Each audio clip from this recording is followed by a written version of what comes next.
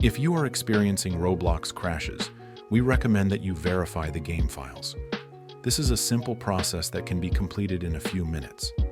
To verify the game files, simply open the Roblox client and select the Verify Game Files option from the menu.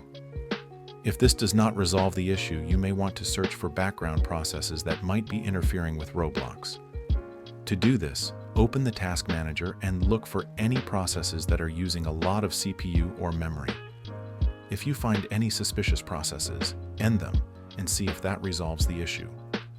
If you are unable to resolve the issue on your own, you can contact Roblox support for assistance. Or another reason your Roblox is crashing could be that you have too many applications or programs that are open or running in the background.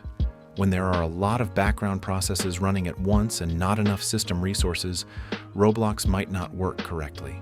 To avoid this, the best thing you can do before playing a game is to shut down all those unnecessary background programs.